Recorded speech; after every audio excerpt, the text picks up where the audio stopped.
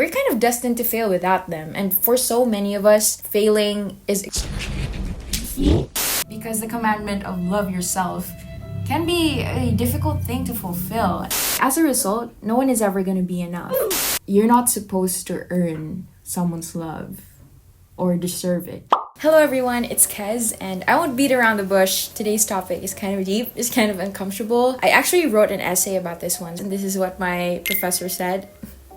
That was over a year ago, and since then I haven't really talked about it with anyone in my life, probably because there's a cloud of shame and embarrassment that surrounds the topic. The topic being the whole dilemma of wanting love but feeling like you shouldn't. Under that, I will be talking about a few distinct concepts shown in the screen right now and also detailed in the timestamps or the chapters. Just a quick disclaimer, I am not a professional in any field.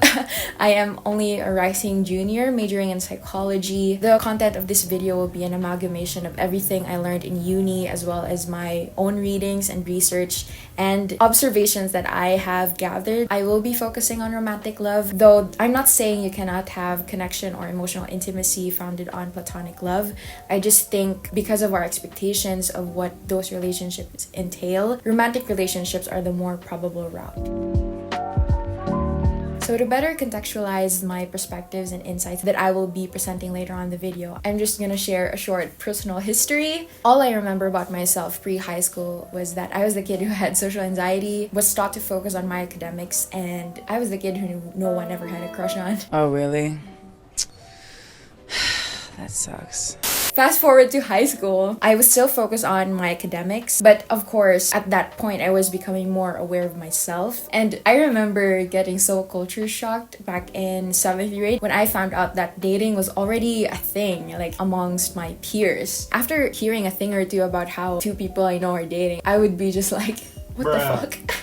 And no offense intended, by the way, like because of my upbringing and my worldview up to that point, that just wasn't the norm for me, hence I was shocked. Despite that though, I did have crushes, but they were purely just admiration from afar. I had no intentions in striking up conversation with them, approaching them, getting closer with them, let alone dating them.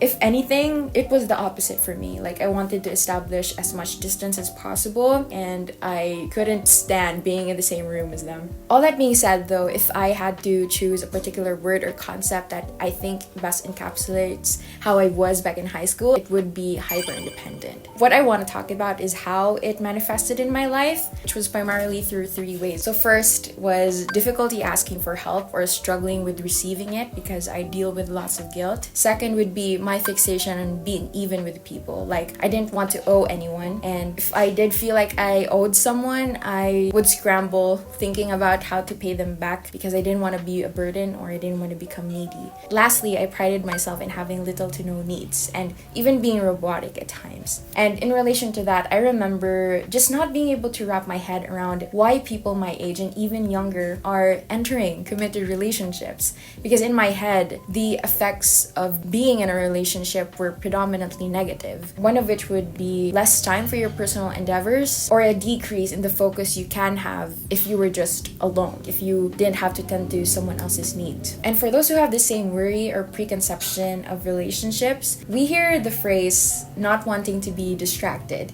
which I believe is a pretty common reason that people cite when asked why they aren't in a relationship. Which brings me to a mini subpoint or even a tangent on how I believe capitalist themes are entangled in my experience, as well as how women empowerment might have inflicted unintended consequences, at least for me personally, in the whole area of romance. So about not wanting to be distracted, I was definitely one of those who thought that, although I wasn't really intrigued by the idea of careers or what I wanted to be when I grew up.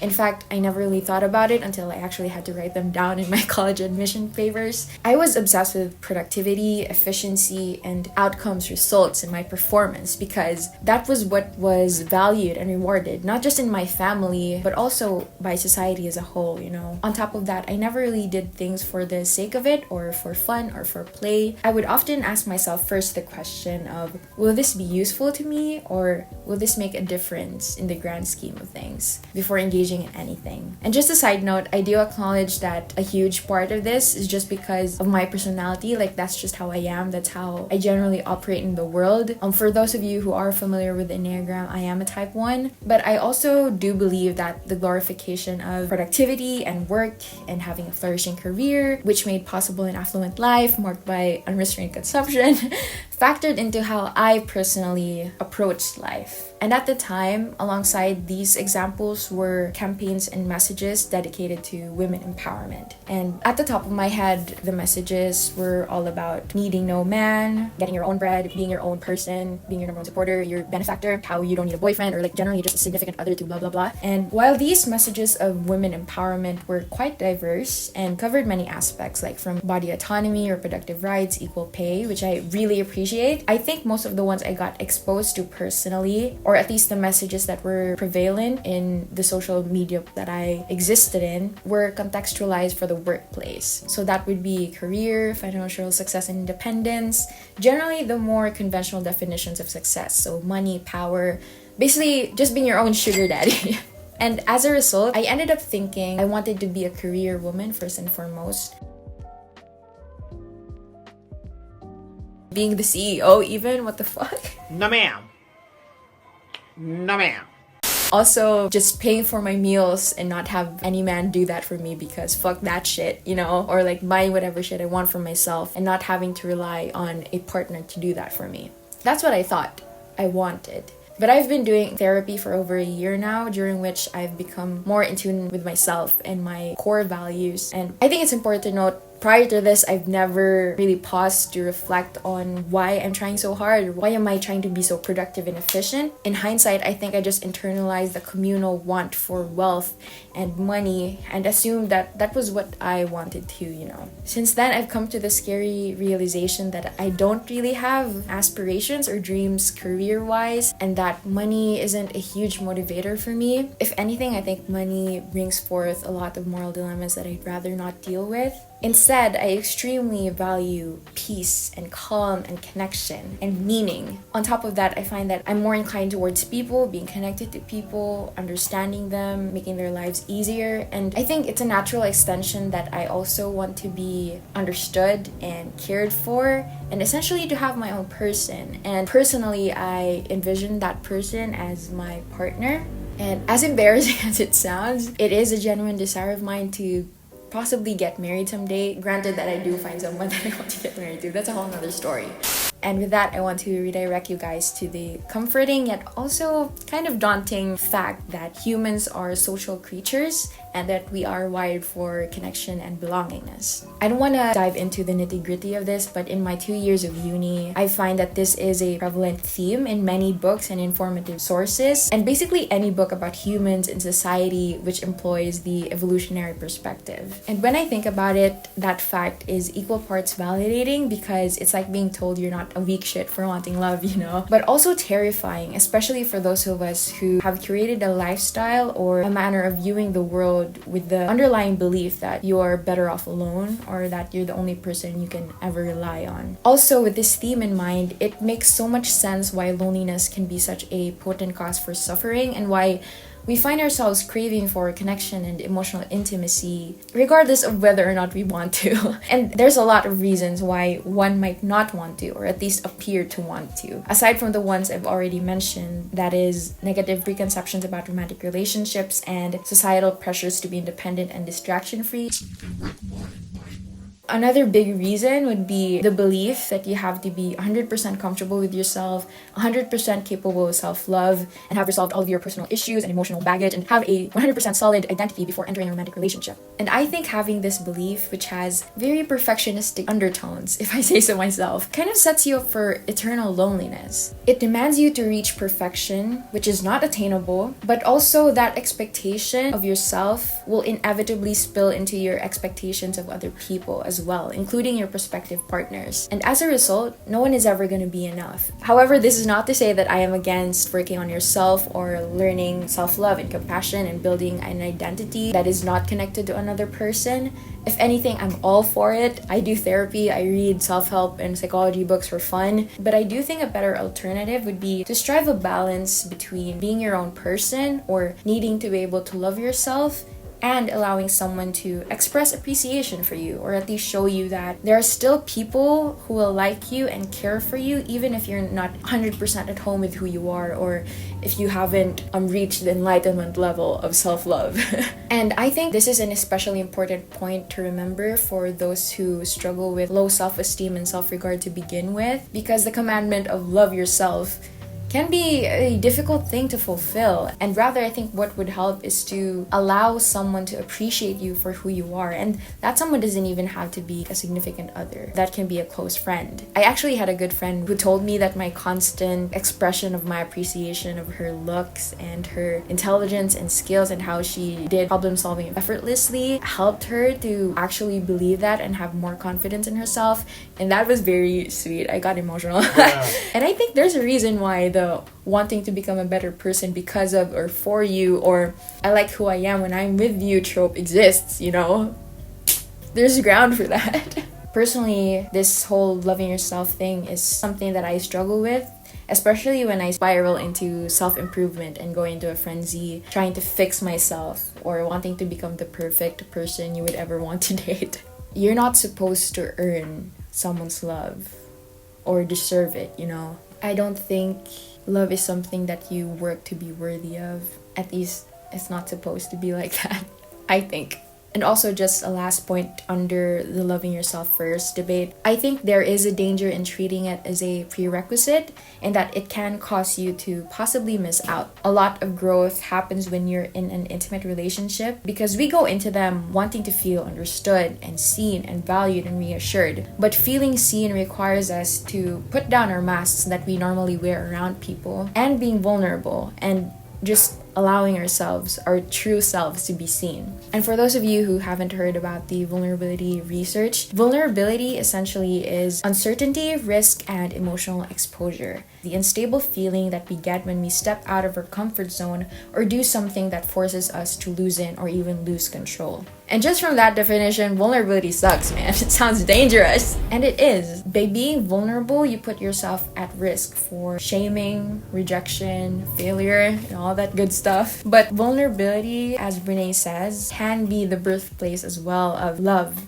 belonging, and joy, and all the generally good stuff. As an example, vulnerability, by opening up to your significant other about how much you appreciate them being in your life, you run the risk of being embarrassed and rejected if they don't reciprocate. But there's also the chance of being told the same thing back, and your bond getting even stronger because you were courageous enough to admit your feelings to them. And so this whole vulnerability,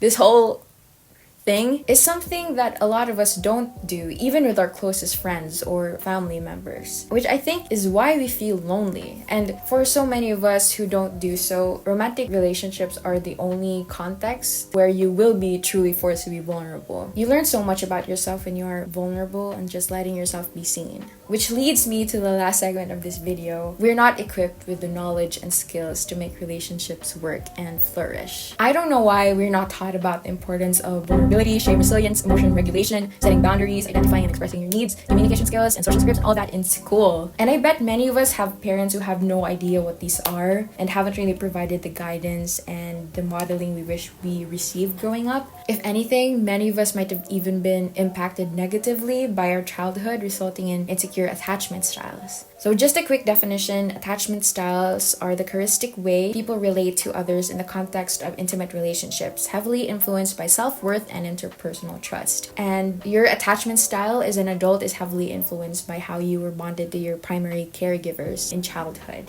And so these insecure attachment styles, if we're not made aware of them and if we do not address them, these can be a huge obstacle in any relationship. So take for example the hyperindependence I mentioned earlier. It's actually a consequence of an avoidant attachment in childhood, and it's pretty self-explanatory how it can be a huge obstacle. For those of you who want to know more about attachment styles, I recently discovered a YouTube channel which has been a good source of information for me. I am a fearful avoidant, but they have content for all types of insecure attachments and also how to become more secure. So I'll link it in the card.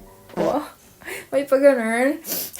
Anyway, on top of that, I've also recently learned about cognitive distortions, which is crazy. I don't know why it took me this long. I don't know why it took me this long. Basically, cognitive distortions are faulty or inaccurate thinking, perception, or belief. And it is a normal psychological process that can occur in all people to a greater or lesser extent. I think these only become very dangerous according to the context and also the degree of the distortion. These distortions do not just exist in the romantic relationships realm, of course, but it's safe to say that our lack of awareness of these distortions can largely inhibit us from trying to fulfill our need for connection. Just a few examples of cognitive distortions, particularly in the romance realm: all or nothing thinking. An example of this would be thinking, if he doesn't XYZ, then he's not the one for me, or I should leave him. And I think this thinking is dangerous if you're talking about like trivial things that shouldn't be deal breakers in relationships. Another would be the belief that if you're not 100% compatible, then your relationship is doomed for failure, or this person is not meant for you. And you can hear it, right? Like the perfectionistic undertones, which clicks because the all or nothing thinking is the kind of cognitive distortion that is the hallmark for perfectionists and how they think. Another cognitive distortion would be catastrophizing, which is thinking of and believing the worst case scenarios, and if paired with another cognitive distortion, which is jumping to conclusions, will elicit unpleasant emotions. For example, you notice a slight change in your partner's behavior, you might immediately think that they're cheating on you, or they are falling out of love, or they're lying or hiding something, and that's gonna create a lot of stress and drama in your relationship. And lastly, I think a relevant cognitive distortion that I should mention is personalization, which is essentially taking things personally when they're not connected to or caused by you at all. So example with this would be taking rejection, integrating it into your identity. So like if you get rejected, I'm a fucking loser, or I'm defective, I'm unlovable, when it could be that you got rejected for a multitude of other reasons that doesn't concern you. Like maybe that person was already dating another person. Maybe that person was just recovering from a heartbreak. Maybe that person just doesn't think that you're their type. Doesn't mean that you're a horrible person. Doesn't mean that you're unlovable or you're destined to be forever alone. It's a meme. Yeah. Don't personalize. Where's the flavor? Where's the flavor in this? These are only a few examples of cognitive distortions, and if you would like to know more about them, one of my favorite psychology people here on YouTube posted a video about this not too long ago, which I will link wherever. Anyway, all this to say that this apparent lack of knowledge and skills is another highly probable reason why we're discouraged from putting ourselves out there and actually finding the connection that we seek, because we're kind of destined to fail without them, and for so many of us, failing is excruciating. So we just avoid attempting anything. And so to end this video, first of all, I'm here to remind you and me that it's okay to want love and connection. There's nothing shameful about that, even if your knee-jerk reaction might be to shudder or cringe at yourself. We're humans. We're wired for belonging. Second of all, if you are dealing with the dilemma of wanting love but feeling like you shouldn't for a multitude of reasons, that's valid. You're not alone in that. At the very least, I can relate to you, so that makes the two of us. But I'm pretty sure there are many others out there who share the same sentiments. And as we've already talked about earlier, there are many influences beyond our control that come together to make us feel like we shouldn't want love. And as much as I want to accurately pin the blame on like some mysterious force out there who's doing this and direct my anger towards them, I can't.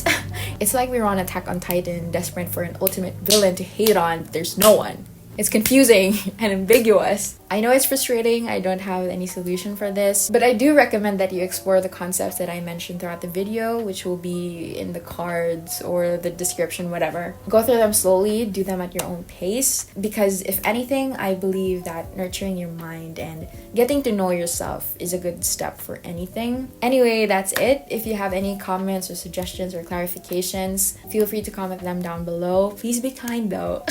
And I hope to see you in the next one. Bye!